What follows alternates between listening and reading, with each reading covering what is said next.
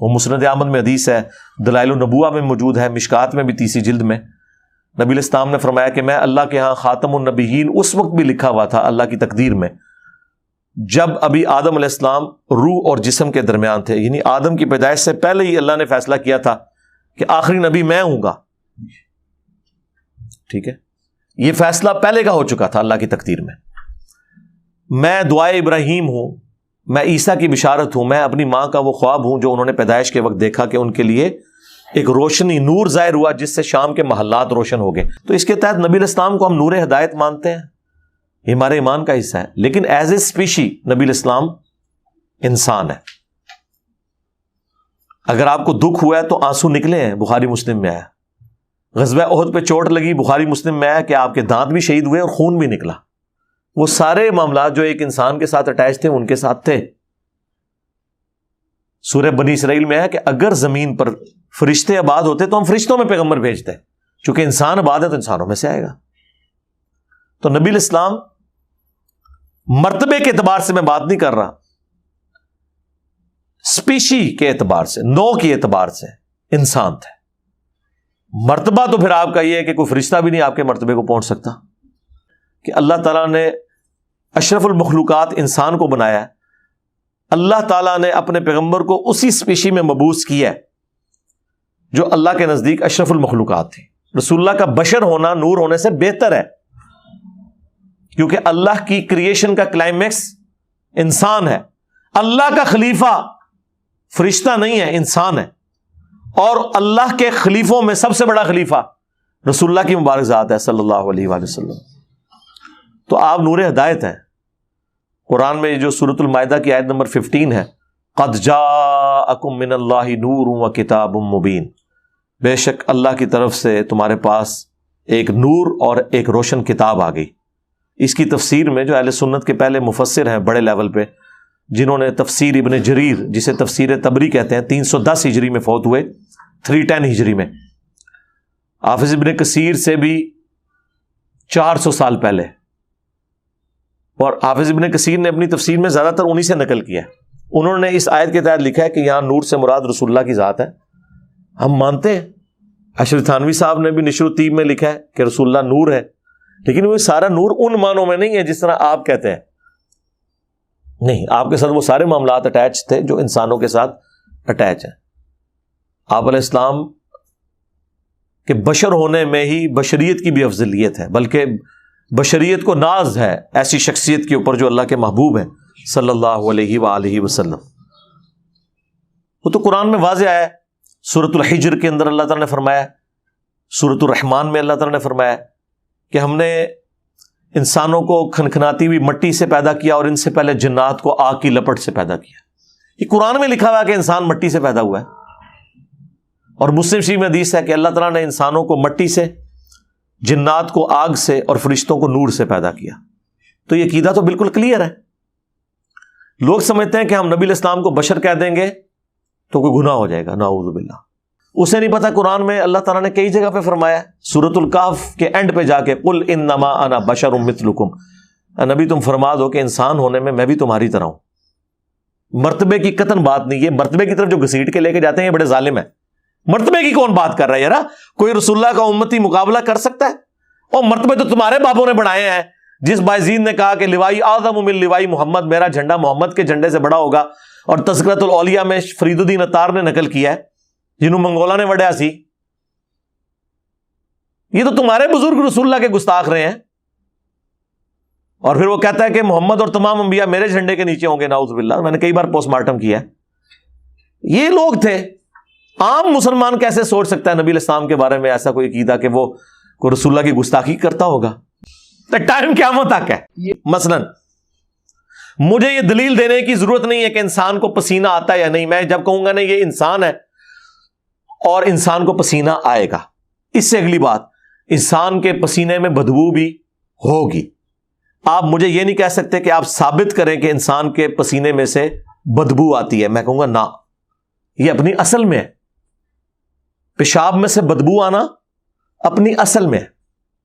اب کوئی کلیم کرتا ہے کہ نبی علیہ السلام کے پسینے میں سے خوشبو آتی تھی، آپ کے پیشاب میں بدبو نہیں تھی، تو ثابت اس نے کرنا ہے. کیونکہ نیچر یہ ہے. تو ٹھیک ہے ہم ثابت کرتے ہیں, بخاری مسلم حدیث ہے, نبی علیہ السلام کے مبارک پسینے میں سے خوشبو آتی تھی, صحابہ کرام عطر کے طور پر اس کو استعمال کرتے تھے, اور حضور نے خود اجازت مرحمت فرمائی بلکہ تحسین فرمائی. اور مجموع الزوائد کے اندر المعجم الکبیر طبرانی کے اندر موجود ہے, نبی علیہ السلام کی ایک کنیز تھی, انہوں نے غلطی سے آپ کا پیشاب مبارک پی لیا تھا. وہ نبی علیہ السلام سردیوں میں باہر نہیں نکلتے تھے پیشاب کے لیے, تو ایک لکڑی کا پیالہ بڑا رکھا ہوا تھا اپنی چارپائی کے نیچے, تو اس میں پیشاب کیا. اس بیچاری کو نہیں پتا تھا, اس نے غلطی سے پی لیا, تو بدبو ہی نہیں تھی, حالانکہ پیشاب کتنی بدبو ہوتی ہے. تو نبی علیہ السلام نے فرمایا تم نے اپنے اور جہنم کے درمیان ایک آڑ قائم کر لی. یہ بالکل حدیث ٹھیک ہے, اس کا کچھ حصہ ابو داؤد کے اندر بھی موجود ہے. یہ حدیث اپنی سند میں شیخ البانی, شیخ زبیلی زئی اور باقی سارے ائمہ, امام حاسمی نے خود مجموع الزوائد میں اس روایت کو صحیح کہا ہے. لیکن اس سے یہ ثابت نہیں ہوتا کہ نبی علیہ السلام اپنا پیشاب پینے کے لیے دیتے, وہ ایک حادثہ ہوا وقتی طور پہ, ایک معاملہ سیٹل ہو گیا, تو آپ کے پیشاب میں سے بدبو نہیں آتی تھی. دلیل ہم دیں گے جی نبی علیہ السلام کا سایہ تھا, ثابت کرو. کیوں ثابت کریں؟ قرآن میں لکھا ہے کہ ہر چیز کا سایہ ہوتا ہے, جو بھی فزیکل چیزیں ہیں. تم ثابت کرو کہ سایہ نہیں تھا, اور لاؤ وہ جھوٹی روایت سیوطی سے تمہارے منہ پہ ملے, جس کی سند ہی کوئی نہیں ہے. 900 سال تک کوئی نبی علیہ السلام تک سند ہی نہیں ثابت. ہم نے کیوں ثابت کرنا ہے کہ سایہ تھا؟ سایہ ہوتا ہے, سایہ نہیں ہونے کے لیے ثابت. سمجھ آئی دونوں؟ سمجھ آ رہی ہے نا؟ ہاں, یہ وہ چیز ہے. تو قادری صاحب کہتے ہیں کہ 10 نور نہیں ہے. وہ کہتے ہیں جی وہ کھڑا ہوا, اس نے پڑھا قل انما انا بشر مثلکم. کہتے ہیں میں نے کہا استاد جی یہ تو دلیل ہی میری ہے, اس میں تو نکل رہا ہے کہ نبی علیہ السلام بشر تھے. میں نے کہا یہ ثابت کریں نور نہیں تھے, تو سرکار وہ تو کسی آیت حدیث میں نہیں. یہ وہی ہے کہ ایاک نستعین تو ہے, یہ دسو کہ یا علی مدد نہ کہو, یہ وہی چیز ہے. ان کی حالت یہ ہے کہ جو قرآن و سنت سے اچھل اچھل کے معنی نکل رہا ہوتا ہے خود وہ نہیں لینا, اس کے الٹ لینا ہے, اور پھر دوسرے کو کہنا ہے اے ثابت کر. تو رہ گیا نور ہدایت, تو وہ ہم مانتے ہیں, وہ بالکل واضح ہے. وہ تو ہم یعنی نبی علیہ السلام کی جب اس حوالے سے ڈسکشن کرتے ہیں تو مرتبے کو قطعاً بیچ میں نہیں لے کے آتے. نہ یہ تو آپ چھوڑ دیں. بخاری مسلم میں حدیث ہے نبی علیہ السلام اپنی 2 آنکھوں سے پشت کے پیچھے بھی دیکھ لیتے تھے. ہم تو یہ سامنے نہیں دور تک دیکھ سکتے, آپ کو پیچھے بھی نظر آتا تھا. آپ نے فرمایا کہ نماز میں خشوع خضوع سے رہا کرو. اللہ کی قسم میں پشت کے پیچھے بھی تمہیں دیکھ رہا ہوتا ہوں کہ کون داڑھی نہ لگیا ہے تو کون والا نہ لگیا ہے, تو سکون سے نماز پڑھا کرو. جناب بخاری مسلم میں حدیث ہے صلح حدیبیہ کے موقع پر جب پانی نہیں تھا, ایک پیالہ حضور کو دیا گیا, آپ نے اپنی مبارک انگلیاں اس میں داخل کی تو پانی کے چشمے پھوٹ پڑے اس میں سے. جابر بن عبداللہ سے وہ شخص پوچھتا ہے کہ تم لوگ کتنے تھے جنہوں نے وہ ایک پیالے سے؟ انہوں نے کہا 1500 تھے ہم, اور اللہ کی قسم 1,00,000 بھی ہوتے وہ پانی زیادہ تھا. 1500 نے ایک پیالے سے پانی بھی پیا, جانوروں کو پلایا, اور اپنے پاس مشکیزیں بھی بھر لیے, اور وہ پیالہ اپنی جگہ ہے. اور یہ معجزہ حضرت موسیٰ علیہ السلام سے بڑا معجزہ ہے. وہ تو لاٹھی پتھر پہ مار کے پانی نکالتے تھے, پتھر میں سے تو پانی نکل آتا ہے, یہ گوشت میں سے پانی نکلنا یہ اللہ نے ایکسٹرا آرڈنری معجزہ حضور کو دیا تھا. تو ظاہر ہے کہ ہم نبی علیہ السلام کو عام انسان تو نہیں مانتے, نعوذ باللہ. یہ کتنا پروپیگنڈا کرتے ہیں, اتنا پروپیگنڈا انہوں نے مشہور کیا بھائی جی, یہ اپنے آرمندن ہے جی, استغفر اللہ. کون یہ کہہ سکتا ہے یار؟ بخاری مسلم حدیث ہے آپ نے خسوف کی نماز پڑھائی ہے, جو سورج گرہن کی نماز ہے, یہ بھی لگنے والا ہے 25 اکتوبر 2022 کو بھی. تو صحابہ کہتے ہیں آپ نماز میں چند قدم آگے چلے, پھر آپ نے یوں ہاتھ بلند کیا, پھر نیچے کیا. نماز کے بعد ہم نے حضور سے پوچھا آج آپ نے نماز میں ایک عمل ایسا کیا ہے, کیا یہ نماز کا کوئی حصہ ایسا جو ہم نے بھی کرنا ہو؟ حضور نے فرمایا نہیں, اصل میں مجھے اللہ تعالیٰ نے نماز میں جنت دکھا دی 7 آسمانوں کے اوپر, اور اس میں نے جنت میں ایک انگوروں کا گوشہ بھی دیکھا, اور میں آگے بڑھ کے اسے توڑنے لگا, اور اگر میں توڑ لیتا تو تم ہمیشہ اسے کھاتے رہتے, کیونکہ جنت کو فنا نہیں ہے. جنت میں آپ ایک انگور کا دانہ اتاریں گے نا, وہ منہ میں رکھیں گے اس کی جگہ ایک دم دوسرا نکل آئے گا, کیونکہ جنت کو فنا نہیں ہے. جنت میں موت نہیں ہے نا, موت تو بخاری مسلم میں ہے کہ مینڈے کی شکل میں ذبح ہو چکی ہے میدان محشر میں. تو اب اگر انگور کا دانہ آپ کھائیں تو وہ انگور کا دانہ مر گیا, اس کو بھی موت نہیں آئے گی, آپ منہ میں رکھیں گے ادھر اس کی جگہ ایک نیا نکل آئے گا. موت آنی نہیں ہے. کتنی بڑی خوش نصیبی ہے, سب سے بڑی تھریٹ جو ہے وہ یہی ہے نا. تو میں نے ارادہ کیا تمہارے لیے توڑ دوں، پھر تم کھاتے رہتے، لیکن پھر ارادہ ترک کر دیا۔ وہ بخاری مسلم میں حدیث ہے کہ اللہ نے جنت میں وہ نعمتیں تیار کر رکھی ہیں جو نہ کسی آنکھ نے دیکھی، نہ کسی کان نے سنی، نہ کسی کے دل پہ ان کا کھٹکا بھی گزرا۔ تو اس لیے اس کو اللہ نے پردے میں ہی رہنے دیا۔ اب مجھے بتائیں کدھر ساتوں آسمانوں کے اوپر حضور نے دیکھا، ہاتھ بھی پہنچ گیا اور اوپر سے نیچے لے بھی آئے، تو کون سا مسلمان یہ بات، یہ کوئی کہانی تو نہیں ہے کوئی کسی مولوی کی، میں یہ تو بخاری مسلم کی حدیث بیان کر رہا ہوں کہ کوئی شخص یہ دعویٰ کرے کہ ہم نبی علیہ السلام کی طرح کے انسان ہیں، کوئی نہیں کرے گا۔ بخاری مسلم میں کتنی احادیث ہیں، جہاد کے موقع پر کبھی اور کسی مسئلے میں کھانا کم پڑا ہے تو آپ علیہ السلام نے دعا فرمائی، کبھی لعاب دہن ڈال دیا، برکت کی دعا کی ہے۔ 10 بندوں کا کھانا 300 کھا گئے ہیں، جب کھا کے فارغ ہوئے ہیں کھانا اتنے کا اتنا ہی ہے، کام بھی نہیں ہوا۔ اب یہ جو نبی علیہ السلام کے مبارک برکات ہیں، آپ کے بال مبارک سے لے کر پیشاب مبارک تک کوئی بھی چیز کسی دوسرے انسان سے نہیں ملتی جلتی۔